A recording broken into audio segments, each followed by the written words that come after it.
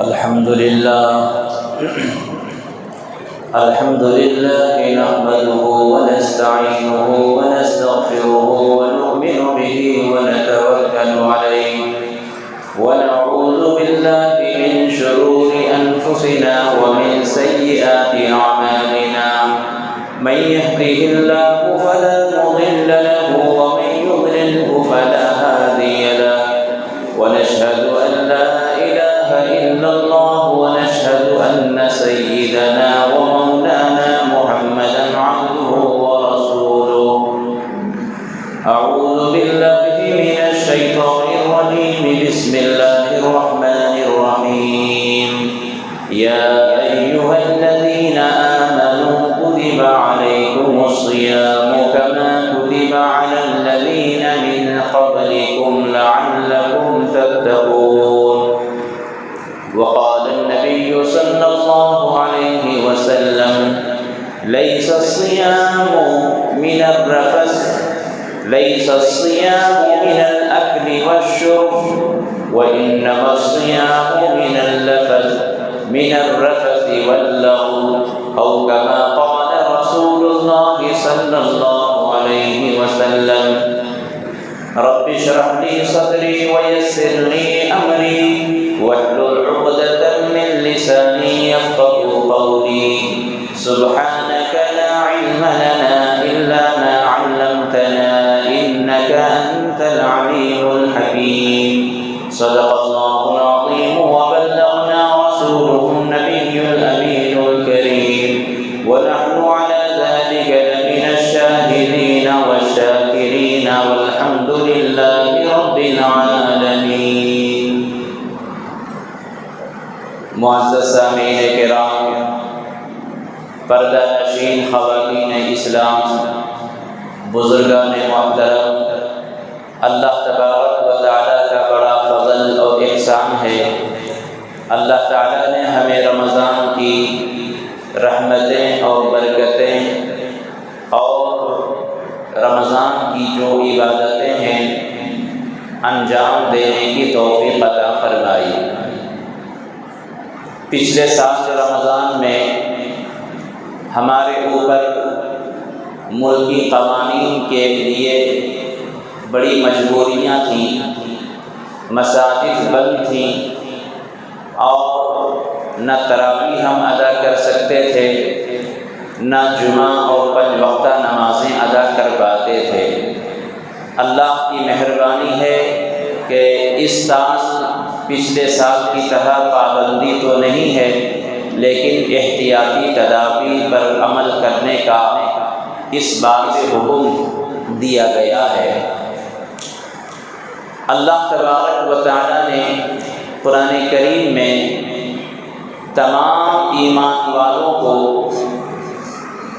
خطاب کرتے ہوئے فرمایا ہے یا ایھا الذین آمنوا کتب علیکم الصیام، اے ایمان والو تم پر روزے فرض کیے گئے ہیں جس طرح تم سے پچھلے لوگوں پر فرض کیے گئے تھے.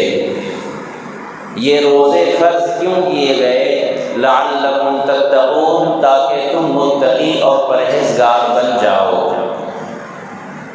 حضور اکرم صلی اللہ علیہ وسلم پر یہ قرآن کریم نازل ہوا جب اللہ کے نبی علیہ السلام نے یہ اعلان فرمایا کہ اے ایمان والو اللہ تعالیٰ نے تم پر روزے فرض کیے جس طرح پچھلے لوگوں پر، پچھلی امتوں پر روزے فرض کیے گئے تھے. تو لوگوں کو حیرت ہوئی، اور حیرت ہونا اس معنی کر کے لازم تھا کہ ایک شخص جن کو امی کہا جاتا ہے، جنہوں نے نہ تاریخ کا مطالعہ کیا، نہ کسی استاد سے پڑھا، نہ کوئی پچھلے مذاہب کی کتابوں کا مطالعہ ہے، نہ جس نے انجیل پڑھی، نہ توریت پڑھی، نہ زبور پڑھی، ایسا آدمی کہتا ہے کہ تم سے پچھلے لوگوں پر اس طرح روزے فرض کیے گئے، ایسے ہی تم پر روزے فرض کیے گئے ہیں. لوگوں کو حیرت ہوئی، لیکن اس وقت لوگوں کی حیرت کی انتہا نہ رہی اور لوگوں کی آنکھیں کھلی کی کھلی رہ گئیں جب لوگوں نے کتابیں اٹھا کر دیکھیں، انسانی تاریخ کا مطالعہ کیا، مذاہب کا مطالعہ کیا، تو سب کو پتہ چل گیا کہ وہ نبی جو کسی سے پڑھا لکھا نہیں، جس نے کسی مذہب کا مطالعہ نہیں کیا، جو کسی استاد سے باقاعدہ نہیں پڑھا، اس نے جو اعلان کیا ہے وہ برحق ہے۔ چنانچہ اللہ تبارک و تعالیٰ نے جو فرمایا کہ تمام پچھلی امتوں پر روزے فرض کیے گئے، بالکل ایسا ہی ثابت ہوا۔ آج 1400 سال گزرنے کے بعد آج بھی اگر کوئی دنیا کی تاریخ کا مطالعہ کرے، مذاہب کا مطالعہ کرے، تو ان کو یہ بات سمجھ میں آ جائے گی کہ اللہ تبارک و تعالیٰ نے ہر زمانے میں تمام مذہب کے لوگوں پر اور تمام نبی کی امتوں پر ہر زمانے میں روزے فرض فرمائے ہیں۔ طریقہ الگ رہا ہے، اس کا طریقہ جو بھی رہا ہو، لیکن اللہ تبارک و تعالیٰ نے یہ روزے فرض فرمائے ہیں۔ ہر زمانے میں ہر نبی کی امتوں میں کچھ نہ کچھ روزے فرض رہے۔ چنانچہ حضرت موسیٰ علیہ السلام نے 40 دن تک روزے رکھے تھے کوہ طور پر، جب اللہ تبارک و تعالیٰ نے آپ کو نبوت سے سرفراز فرمایا تو آپ 40 دن تک روزے سے تھے، بھوکے تھے۔ اسی طریقے سے انجیل متی حضرت عیسیٰ علیہ السلام 40 دن تک جنگل میں بھوکے پیاسے رہ کر اللہ کی عبادت کی۔ انجیل مرقس میں حضرت یحییٰ علیہ السلام کے بارے میں آتا ہے کہ انہوں نے روزے رکھے اور ان کی امتیں روزے دار تھیں۔ اسی طریقے سے ہندو مذہب، جن کو اپنے آپ کو قدامت پسند کا دعویٰ ہے اور ہندو مذہب والے کہتے ہیں کہ ہم سب سے پرانے ہیں، ان کے یہاں بھی روزہ ہے جس کو وہ برت کہتے ہیں، اور جینی دھرم کے اندر بھی روزے ہیں، باقاعدہ 24 دن کا ایک روزہ ان کے یہاں ہوتا ہے۔ اسی طریقے سے قریش مکہ کے یہاں زمانے جاہلیت میں یوم عاشوراء کا روزہ فرض تھا۔ تو مطلب یہ ہے کہ ہر زمانے میں روزے رکھے گئے اور آج بھی رکھا جاتا ہے، ہر مذہب میں روزہ رکھا جاتا ہے، طریقہ الگ ہے۔ جیسے بعض قوموں کے یہاں روزہ اس طرح رکھا جاتا ہے کہ وہ آگ پر پکی ہوئی چیز نہیں کھاتے، باقی وہ فروٹس کھا سکتے ہیں، مشروبات پی سکتے ہیں، آگ پر پکی ہوئی چیز نہیں کھاتے، ان کا روزہ یہی ہے۔ لیکن مذہب اسلام میں جو روزے کا طریقہ ہے آپ کو بتا دیا گیا۔ مذہب اسلام اتنا معتدل مذہب ہے میرے دوستو، صرف بھوکے پیاسے رہنے کا نام روزہ نہیں ہے۔ بعض قوموں میں صرف بھوکا پیاسا رہ جانے کو روزہ کہا گیا، لیکن ہمارے یہاں صرف بھوکا پیاسا رہ جانے کا نام روزہ نہیں ہے۔ چنانچہ میں نے جو حدیث پڑھی حضرت ابو ہریرہ رضی اللہ عنہ سے روایت ہے، اللہ کے نبی علیہ السلام نے فرمایا لیس الصیام من الاکل والشرب، روزہ صرف بھوکے پیاسے رہنے کا نام نہیں ہے۔ لیس الصیام من الاکل والشرب انما الصیام من الرفث واللغو، اللہ کے نبی علیہ السلام فرماتے ہیں کہ روزہ بھوک اور پیاسا رہنے کا نام نہیں ہے، بلکہ روزہ لغو اور بیکار چیزوں سے بچنے کا نام روزہ ہے۔ اپنے آپ کو بیکار چیزوں سے بچا لینا، اپنے آپ کو بری چیزوں سے بچا لینا، اپنے آپ کو بے فائدہ چیزوں سے بچا لینے کا نام روزہ ہے۔ گویا کہ ابھی آپ کے سامنے وہ تشریح آئے گی، اللہ کے نبی علیہ السلام نے یہاں تک فرمایا کہ بہت سے روزے دار ایسے ہیں جن کو صرف بھوکا پیاسا رہنے کے سوا کچھ نہیں ملتا۔ بہت سے روزے دار ایسے ہیں جن کو صرف بھوکا پیاسا رہنا ہی مقدر ہوتا ہے، ان کے اوپر کوئی اجر نہیں۔ اسی طرح بہت سے شب بیدار تہجد گزار ایسے ہوتے ہیں جن کو صرف رات کا جاگنا مقدر ہوتا ہے، رات کو جاگ کر جو عبادت کے اوپر ثواب ملنا چاہیے وہ ثواب نہیں ملتا۔ تو معلوم یہ ہوا کہ صرف رسمی طور پر بھوکے پیاسے رہ جانے کا نام روزہ نہیں ہے۔ روزے کے جو آداب ہیں ان آداب کی رعایت کرتے ہوئے اگر کوئی روزہ رہتا ہے تو اللہ تبارک و تعالیٰ اس کو اتنا اجر دیتا ہے، اتنا اجر دیتا ہے، یہ حدیث بھی آپ بعد میں سماعت کریں گے۔ بہرحال مجھے یہ بتانا ہے کہ اللہ تبارک و تعالیٰ نے جو قرآن کریم میں فرمایا کہ اے ایمان والو تم پر روزے فرض کیے گئے ہیں، ایسا نہیں کہ صرف تمہارے اوپر روزے فرض ہوئے ہیں، تم سے پچھلی امتوں پر بھی روزے فرض ہوئے۔ اور آپ نے تاریخ کے حوالے سے دیکھا کہ ہر مذہب میں روزہ فرض ہے۔ روزہ یہ کیوں فرض ہوتا ہے؟ سائنس کے اعتبار سے، میڈیکل کے اعتبار سے بھی آپ دیکھیں تو روزہ یہ انتہائی انسانی صحت کے لیے مفید مانا گیا ہے۔ چنانچہ آپ جب کسی ڈاکٹر کے پاس جاتے ہیں تو آپ کے لیے سب سے پہلے کھانے پینے کی چیزوں کے سلسلے میں پوچھا جاتا ہے، کھانا آپ کیا لیتے تھے اور اب کھانے میں کیا لینا ہے۔ سب سے پہلے کھانے پر بریک لگایا جاتا ہے۔ جب آپ صحت کے اعتبار سے بیمار پڑتے ہیں تو سب سے پہلے آپ کے کھانے پینے پر روک لگایا جاتا ہے کہ یہ نہیں کھانا ہے، یہ کھانا ہے، یہ اتنا کھانا ہے، یہ نہیں کھانا ہے۔ تو انسانی صحت کا راز روزے کے اندر اللہ تبارک و تعالیٰ نے فرمایا ہے۔ تو انسانی صحت کا راز، صحت مند ہونے کا راز روزے کے اندر ہے۔ چنانچہ آدمی زیادہ کھانے سے بیمار ہوتا ہے، زیادہ کھانے سے بدہضمی ہوتی ہے۔ اگر کوئی آدمی 1-2 وقت فاقہ کر لے تو انشاءاللہ اس کی کوئی بیماری اگر ہونے والی ہوگی وہ بیماری نہیں ہوگی۔ تو اگر کوئی آدمی فاقہ کرے، اسی لیے اللہ کے رسول صلی اللہ علیہ وسلم ہر مہینے میں آپ روزے رکھتے ہیں۔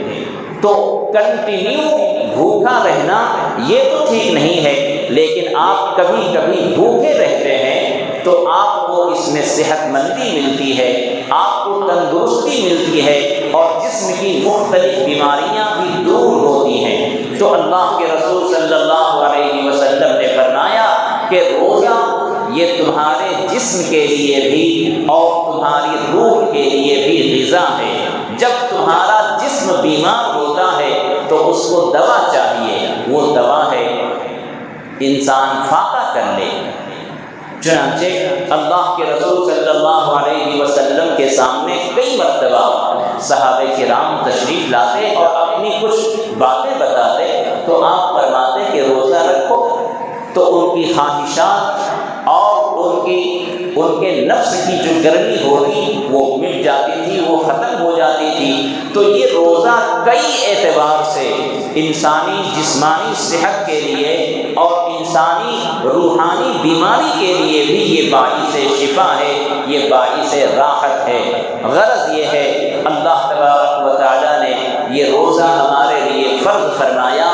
اس روزے میں بہت ساری حکمتیں ہیں، ان ساری حکمتوں کو بیان کرنے سے وقت ہمارے پاس نہیں ہے۔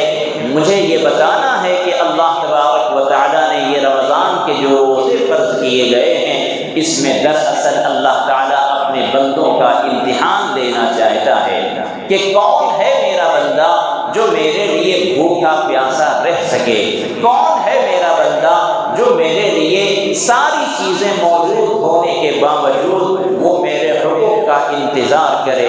اسی لیے اللہ تبارک و تعالیٰ روزے سے خوش ہوتا ہے اور روزے کے تعلق سے اللہ تعالیٰ فرماتا ہے کہ میں روزے دار کا اجر، روزے کا اجر اور ثواب میں خود دوں گا۔ تو اللہ تبارک و تعالیٰ روزے کے ذریعے سے اپنے بندوں کا امتحان لینا چاہتا ہے۔ اور دوسرے اللہ تعالیٰ نے مختلف درجوں کے بندوں کو پیدا کیا ہے۔ مالداری کے اعتبار سے بھی اونچ نیچ ہے۔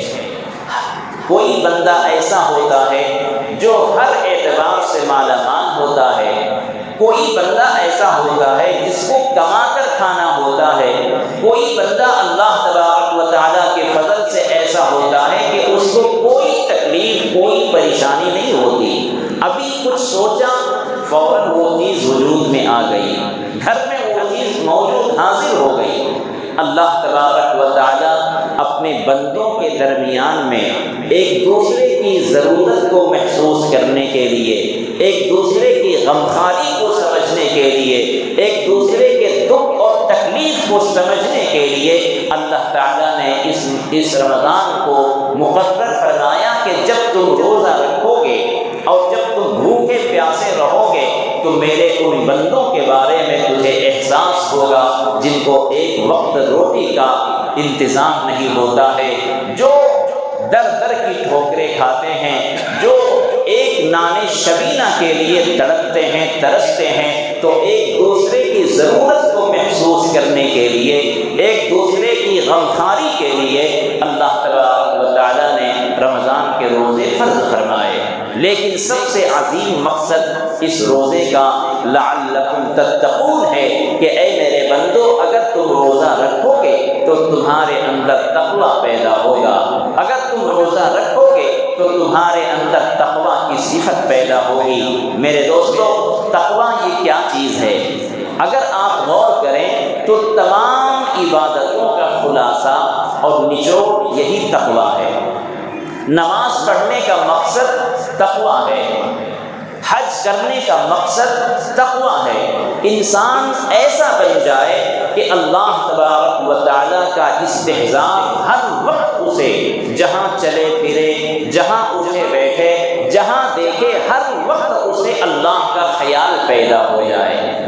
وہی انسان کامیاب ہوگا جس کو اللہ تبارک و تعالیٰ کے موجود ہونے کا استحضار ہو جائے۔ جب کوئی بندہ ہر کام سے پہلے اللہ کو سامنے لائے گا، یقیناً وہ گناہ سے بچے گا اور گناہ سے وہ دور بھاگے گا۔ اور جب اللہ کا استحضار نہ ہو، جب اللہ کے سامنے کھڑے ہونے کا اسے یقین نہ ہو، اسے یاد نہ ہو، تو پھر وہ کوئی بھی گناہ کر سکتا ہے، کوئی بھی جرم کر سکتا ہے۔ تو انسان کو صحیح راستے پر چلانے کے لیے، صراط مستقیم پر چلنے کے لیے اور اللہ کا مقرب بننے کے لیے اللہ تعالیٰ نے تقویٰ کے لیے، تقویٰ پیدا کرنے کے لیے روزے جیسے اہم عبادت کو فرض فرمایا ہے۔ تو انسان جب روزہ رکھتا ہے تو اس کے اندر تقویٰ پیدا ہوتا ہے۔ تقویٰ کا مطلب یہ ہے کہ گناہوں سے بچنے کی صفت پیدا ہو جانا۔ گناہ سے کیسے بچیں گے؟ گناہ سے بچنے کے لیے اور گناہ سے بچانے کے لیے صرف اور صرف اللہ کی یاد اور اللہ کی فکر۔ اگر اللہ ہمیں یاد ہے، ہر وقت ہم اٹھتے بیٹھتے اللہ کو یاد کرتے ہیں، تو انشاءاللہ گناہ سے بچنا آسان ہوگا، ورنہ پولیس کے ڈنڈے سے بھی ہم گناہ سے نہیں بچ سکتے۔ اگر ہم گناہ سے بچنا چاہیں گے تو اللہ تبارک و تعالیٰ کا استحضار ہونا چاہیے۔ یاد رکھیں، اگر اللہ کا استحضار ہے، یعنی اللہ آپ کے دل و دماغ میں ہے، تو آپ بند کمرے میں بھی ہوں گے، کہیں بھی آپ ہوں گے، جنگل میں ہوں گے، بیابان میں ہوں گے، بند کمرے میں ہوں گے، آپ گناہ نہیں کریں گے، اس لیے کہ ذہن میں اللہ ہے، نظر میں اللہ ہے، دل و دماغ میں اللہ ہے۔ تو انسان جب اللہ کو ہر وقت یاد کرتا ہے وہ گناہ سے بچتا ہے۔ تو تقویٰ اسی کا نام ہے کہ ہم گناہوں سے بچنے کی صفت اپنے اندر پیدا کر لیں۔ اللہ تبارک و تعالیٰ نے روزے کو فرض فرمایا اور روزے کا جو فائدہ ہے وہ بھی بیان فرما دیا۔ روزہ ہر مسلمان جو عاقل ہو، بالغ ہو، مقیم ہو، اللہ تبارک و تعالیٰ نے اس پر روزے کو فرض فرما دیا ہے۔ اگر کوئی مسافر ہے، اگر وہ اپنے گھر سے کہیں سفر پر نکل رہا ہے اور 70 کلومیٹر تک وہ جانے کا ارادہ رکھتا ہے اور وہاں جا کر وہ 15 دن سے کم رہنا چاہتا ہے، 15 دن سے کم میں وہ واپس لوٹنا چاہتا ہے، تو وہ مسافر ہے۔ اگر وہ روزہ نہ رکھے رمضان میں تو اس کے اوپر کوئی جبر نہیں ہے، لیکن بعد میں قضا کرنی پڑے گی۔ تو اللہ تبارک و تعالیٰ اپنے بندوں پر جو روزے فرض فرمایا، یہ ایسا نہیں ہے کہ ہر ایک کے اوپر روزے کو فرض فرما دیا ہے۔ اللہ تبارک و تعالیٰ بڑا ہی رحیم ہے، کریم ہے۔ اللہ اپنے بندوں کو بھوکا پیاسا دیکھ کر خوش نہیں ہوتا، اللہ ہمیں تکلیف میں ڈال کر خوش نہیں ہوتا، بلکہ اللہ تبارک و تعالی ہمیں نوازنا چاہتا ہے، ہمیں عطا کرنا چاہتا ہے، اس لیے روزے کا حکم دیا ہے۔ تو روزہ ہر آدمی کے لیے فرض نہیں ہے۔ کوئی ایسا مریض ہے جو دن بھر بھوکا نہیں رہ سکتا، ہر 10 منٹ میں، آدھے گھنٹے میں اسے بھوک لگتی ہے، کوئی ایسا مریض ہے، یا کوئی ایسا بزرگ ہے، عمر دراز آدمی ہے جن کو بھوک لگتی ہے اور وہ صبح سے شام تک روزہ نہیں رکھ سکتا، اس کا مسئلہ الگ ہے۔ اللہ تبارک و تعالیٰ نے جو روزے کو فرض کیا ہے وہ ایک صحت مند مرد ہو یا عورت ہو، صحت مند ہے اور اس کے ساتھ کوئی پریشانی نہیں ہے، اس کے اوپر روزہ فرض ہے، وہ روزہ رکھنا ہی ہے۔ صحت مند آدمی اگر روزہ نہ رکھ کر اس کا فدیہ ادا کرنا چاہے، غریبوں کو کھلانا چاہے، تو وہ جائز نہیں ہے۔ تو ایک ایسا آدمی جس کی عمر 100 سال یا 90 سال ہو گئی، بہرحال عمر دراز ہے، وہ بھوکا نہیں رہ سکتا، وہ پیاسا نہیں رہ سکتا، آدھے ایک گھنٹے میں ان کو پانی چاہیے، ان کو کھانا چاہیے، وہ بھوکا نہیں رہ سکتا، تو ان کے لیے فدیے کا حکم ہے، ان کے لیے فدیے کا حکم ہے۔ اسی طریقے سے ایک ایسا مریض ہے، پیشنٹ ہے، جن کو آگے چل کر صحت کی امید نہیں ہے، ہمیشہ وہ دواؤں پر چلے گا، ہمیشہ دائمی وہ مریض ہو گیا، تو ان کے لیے بھی روزے کا فدیہ ہے، وہ چونکہ بعد میں رکھ نہیں سکتا۔ تو اس لیے اللہ تبارک و تعالی اگر ہمیں صرف بھوکا پیاسا رکھنا چاہتا تو ہر ایک کے لیے لازم کر دیتا کہ تمام بندے روزے رکھیں، نہیں، اللہ تعالیٰ نے ہمارے اوپر شفقت کا معاملہ فرمایا ہے، محبت کا معاملہ فرمایا ہے، نرمی کا معاملہ فرمایا ہے کہ اگر کوئی شیخ فانی ہے، مطلب بالکل کمزور بوڑھا آدمی، وہ روزہ نہیں رکھ سکتا، لہذا ان کو مجبور نہ کیا جائے، بلکہ میں تو اللہ کی محبت پر مر مٹوں۔ حدیث پاک میں حضور اکرم صلی اللہ علیہ وسلم کے سامنے واقعہ بھی ایسا آیا، اور فقہ میں بھی یہ مسئلہ موجود ہے کہ اگر کوئی بزرگ آدمی، بوڑھا آدمی، وہ روزے سے ہے اور روزے کی حالت میں وہ بیچارہ بھول سے کھانا کھا رہا ہے، اور آپ جانتے ہیں کہ وہ روزے سے ہے، تو آپ کے لیے یہ حکم دیا گیا ہے کہ آپ ان کو یاد نہ دلاؤ، چونکہ وہ بزرگ ہے، زیادہ عمر ہو گئی ہے، پھر بھی وہ شوق سے روزہ رکھ رہا ہے، تو آپ کو یاد ہے کہ وہ بزرگ ہیں، روزے سے ہیں اور وہ بھولے سے کھا رہے ہیں، تو فقہ میں یہ مسئلہ ہے کہ آپ ان کو نہ یاد دلاؤ، کھانے دو، ان کا روزہ ہو جائے گا۔ یہ اللہ کی محبت ہے اس بندے کے ساتھ۔ تو مجھے عرض یہ کرنا ہے کہ روزہ یہ سنگ دلی نہیں ہے، اور ہمیں بھوکا پیاسا رکھ کر اللہ تعالیٰ خوش نہیں ہوتا ہے، بلکہ اللہ تعالیٰ ہمارے مقام اور مرتبے کے اعتبار سے، ہماری صلاحیت اور طاقت کے اعتبار سے عبادتوں کو فرض فرماتا ہے۔ بہرحال میرے دوستو، رمضان کا روزہ انتہائی قیمتی ہے، انتہائی اہم اور عظیم ہے۔ اللہ کے رسول صلی اللہ علیہ وسلم نے روزے کی فضیلت کے بارے میں فرمایا کہ اگر کوئی شخص اللہ کی رضا کے لیے، اللہ کی خوشنودی کے لیے ایک روزہ رکھتا ہے تو اللہ اس آدمی کو جہنم سے اتنا دور کر دیتا ہے، اتنا دور کر دیتا ہے جتنا کہ ایک کوہ پیدا ہوتے ہی اڑتا رہے، ایک کوہ پیدا ہوتے ہی اڑتا رہے، اڑتا رہے، اڑتا رہے، یہاں تک کہ وہ اڑتے ہوئے مر جائے تو وہ کہاں تک جا سکتا ہے اڑ کر؟ حدیث میں یہ مثال بیان کی گئی ہے، کوے کی اڑان بہت مشہور مانی جاتی ہے، تو ایک کوہ پیدا ہوتے ہی جب اڑے گا کتنے زمانے تک اڑے گا اور وہ مرے گا تو کتنی مسافت وہ طے کرے گا، کتنی دوری وہ طے کرے گا؟ اللہ تعالیٰ اس آدمی کو جو ایک روزہ اللہ کے لیے رکھے اس کو جہنم سے اتنا ہی دور فرما دیں گے۔ تو میرے دوستو، اتنی بڑی فضیلت ہے روزے کی، جتنی بڑی فضیلت ہے اتنا ہی بڑا نقصان ہے اگر کسی نے رمضان کا روزہ چھوڑ دیا۔ جس چیز کی قیمت جتنی زیادہ ہوتی ہے اگر آپ نے اس کو ضائع کر دیا تو اتنا ہی بڑا نقصان ہوا۔ جیسے ہیرے جواہرات، ڈائمنڈ، یہ بہت قیمتی ہے، سونا بہت قیمتی ہے، تو اگر آپ نے اس کی حفاظت کر لی تو بہت بڑی دولت آپ کے ہاتھ لگ گئی، اور آپ نے ضائع کر دیا تو بہت بڑا نقصان ہوا۔ تو اسی طریقے سے رمضان کا روزہ بڑا قیمتی ہے، ایک روزہ رکھنے سے اللہ تعالیٰ جہنم سے اتنا دور کرنے والا ہے، لیکن اگر آپ نے رمضان کا روزہ نہیں رکھا تو کتنا بڑا نقصان ہے۔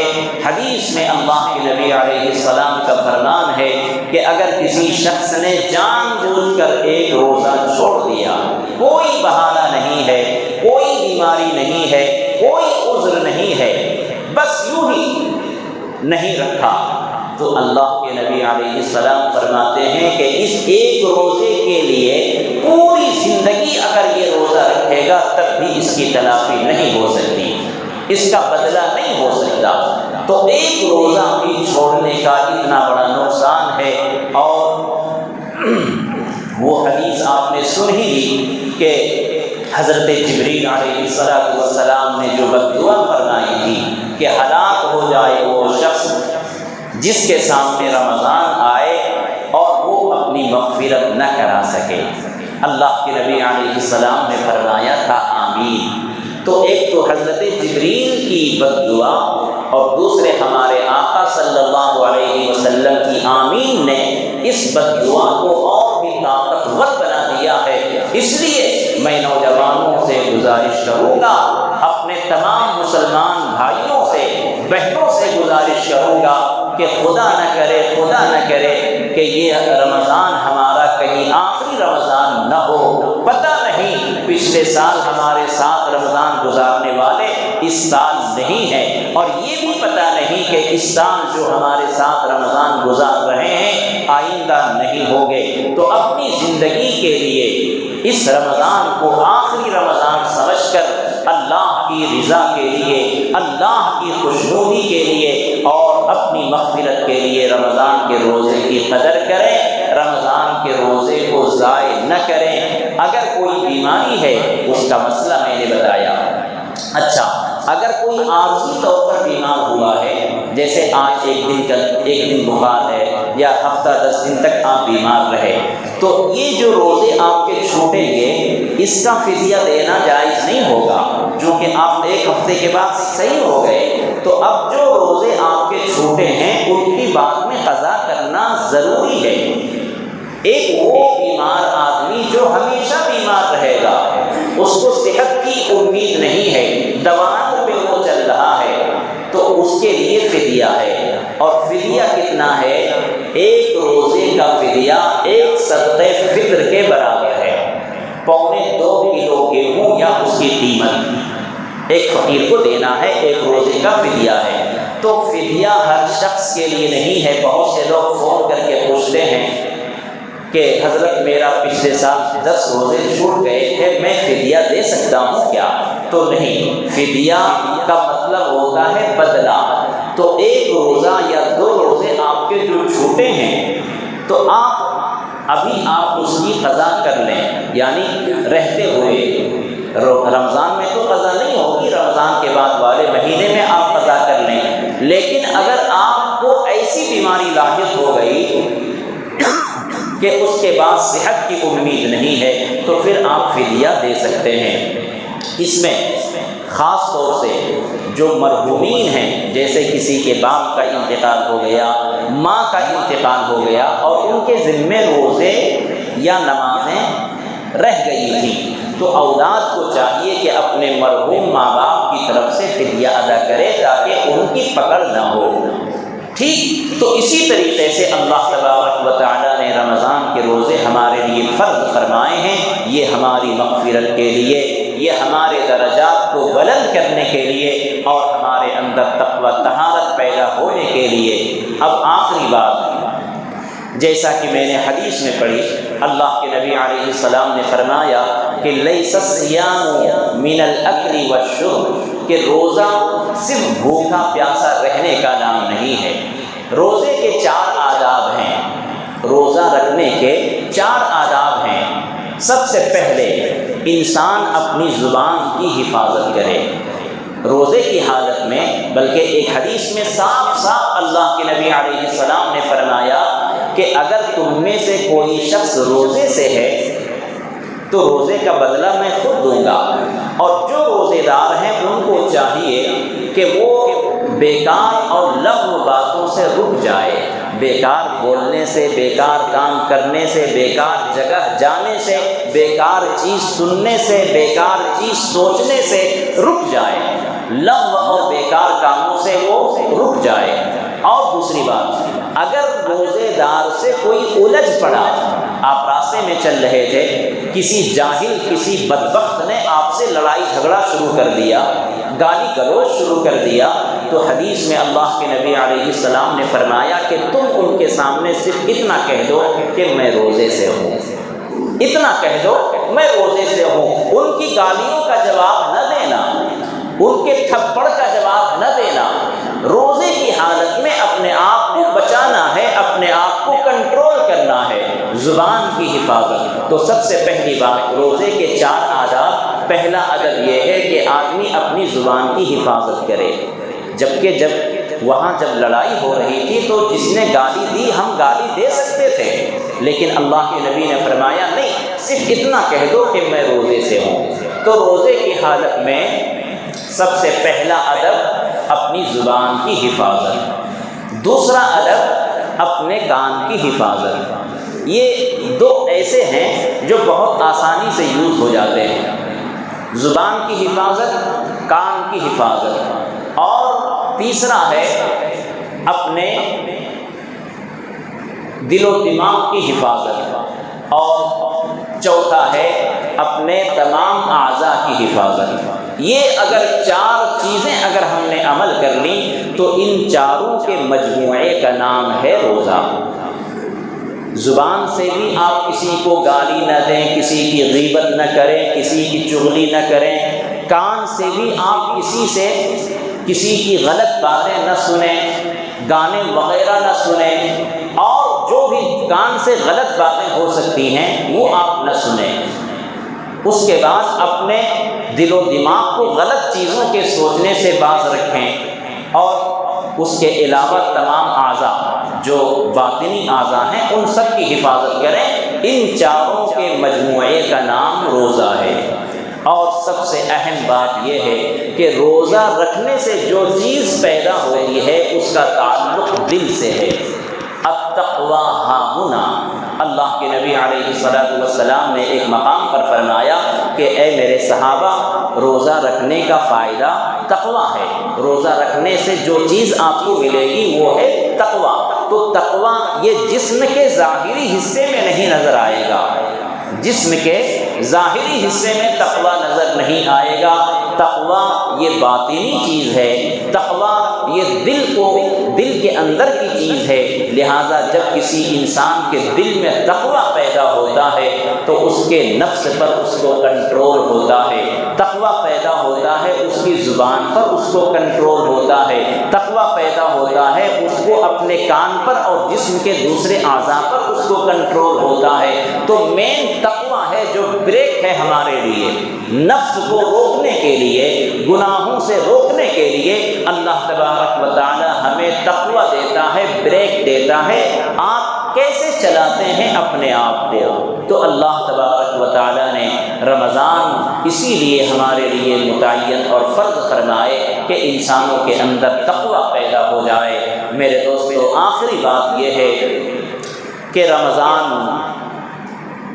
اگر کوئی بندہ خدا نہ کرے روزہ نہیں رکھ رہا ہے تو اس کے لیے یہ بھی حکم ہے کہ وہ روزے داروں کا ادب کرے، احترام کرے۔ گھر کے اندر بھی اگر کوئی بندہ روزے سے نہیں ہے تو اس کے لیے بھی ایک ادب کے لیے یہ چیز بتائی جاتی ہے کہ وہ کھانے پینے کی چیزوں کو روزے داروں سے چھپ کر کھا لے۔ روزے داروں کا احترام کرنا چاہیے، روزے داروں سے لڑنا جھگڑنا، روزے داروں سے حجت کرنا، بحث کرنا یا کسی اور اعتبار سے ان کو گالی گلوچ کرنا اللہ تبارک و تعالیٰ کو بہت ناپسند ہے۔ اور رمضان کا کوئی احترام کرتا ہے، روزے داروں کا کوئی احترام کرتا ہے تو میرے دوستو، مسلمانوں کی بات تو بڑی اونچی بات ہے، بلکہ کفار و مشرکین کی بھی اللہ تبارک و تعالیٰ بعض دفعہ ان کو ہدایت سے مالا مال کر دیتا ہے۔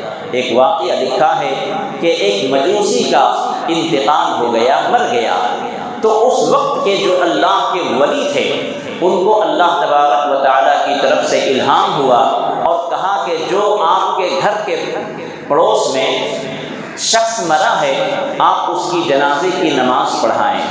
وہ اللہ کے ولی چونک گئے اور کہا، دل میں کہا کہ ہمارے پڑوس میں جو تھا وہ تو مجوسی تھا اور اس کا انتقال ہوا ہے تو میں جنازے کی نماز کیسے پڑھاؤں؟ تو بہرحال ان کو حکم ہوا تھا، یہ گئے اور ان کے تعلق سے ان کے حالات کو معلوم کیا تو ان کے بیٹے نے بتایا کہ ایک مرتبہ میں راستے میں رمضان کے دنوں میں کچھ کھاتے ہوئے گزر رہا تھا تو میرے والد نے مجھے ڈانٹا تھا اور میرے والد نے کہا تھا، بیٹے یہ مسلمانوں کا رمضان کا مہینہ ہے، مسلمان پورے مہینے روزہ رہتے ہیں، ان کے سامنے اسی طرح سے گلی کوچے میں کھلے عام کھاتے پیتے نہیں رہنا، ان کا احترام کرنا۔